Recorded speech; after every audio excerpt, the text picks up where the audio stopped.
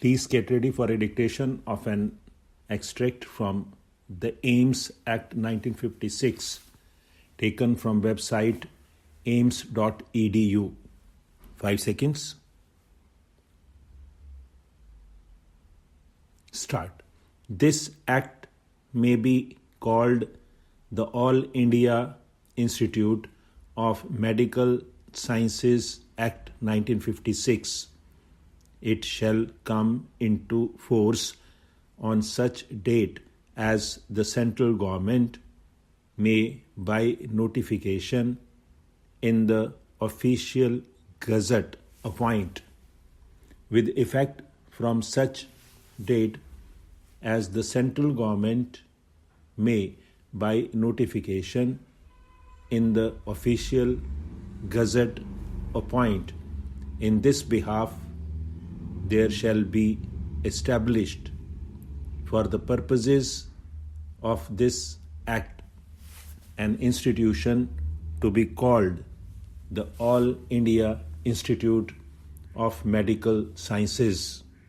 The institute shall be a body corporate by the name aforesaid, having perpetual succession and a common seal, with power to acquire, hold, and dispose of property, both movable and immovable, and to contract, and shall by the said name sue and be sued, save as otherwise provided in the section.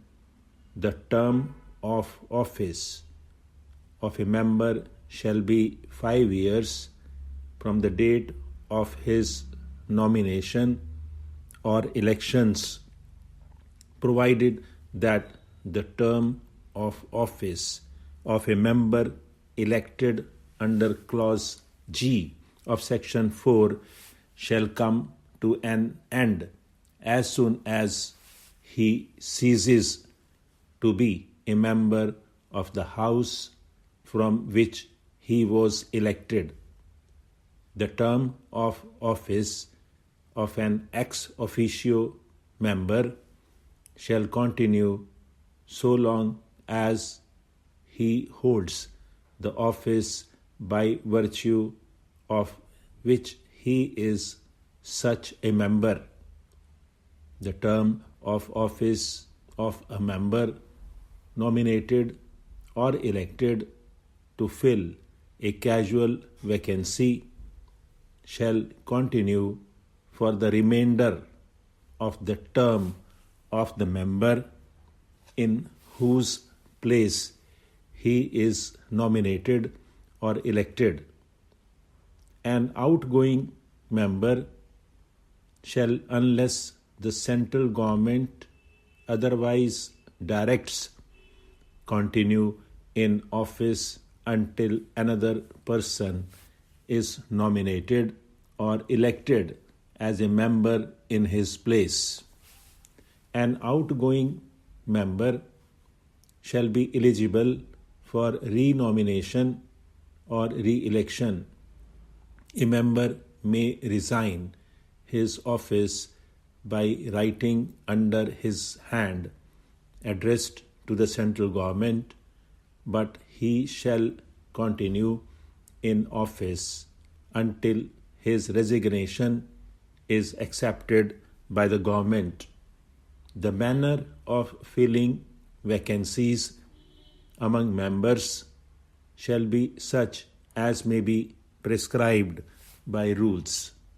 There shall be a president of the institute who shall be nominated by the central government from among the members other than the director of the institute.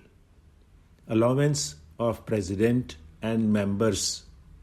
The president and members shall receive such allowances, if any, from the institute as may be prescribed by rules.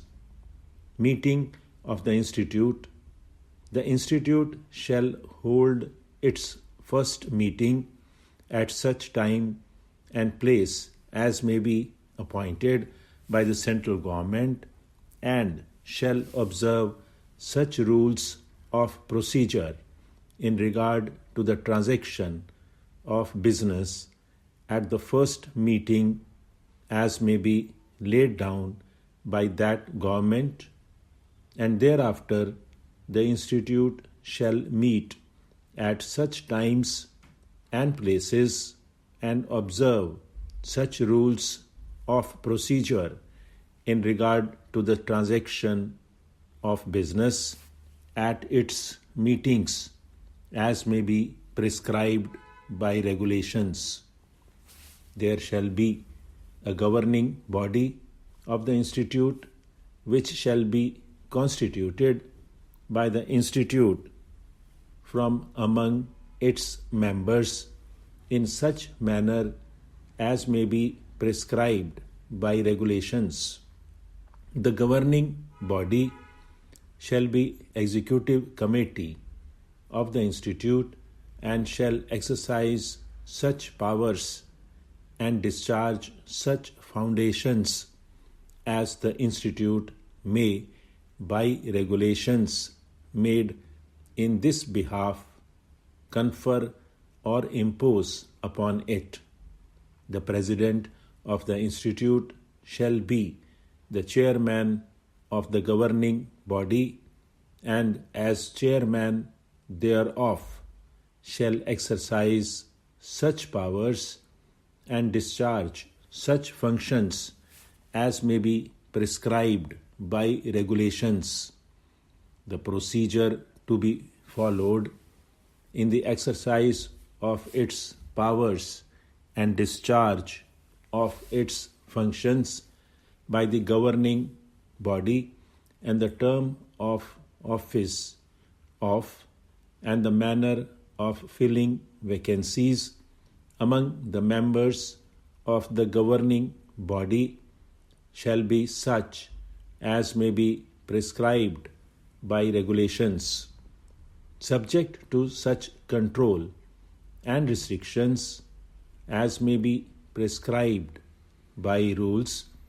The institute may constitute as many standing committees and as many ad hoc committees as it thinks fit for exercising any power or discharging any function of the institute, or for inquiring into or reporting or advising upon any matter which the institute may refer to them. A standing committee shall consist exclusively of members of the institute, but an ad hoc committee may include persons who are not members of the institute, but the number of such persons shall not exceed one half of its total membership. The chairman and members of the governing body and the chairman and members of a standing committee or an ad hoc committee shall receive such allowances, if any, as may be prescribed by regulations. There shall be a chief executive officer of the institute who shall be designated as the director of the institute and shall subject to such rules as may be made by the central government in this behalf be appointed by the institute, provided that the first director of the institute shall be appointed by the central government. Stop.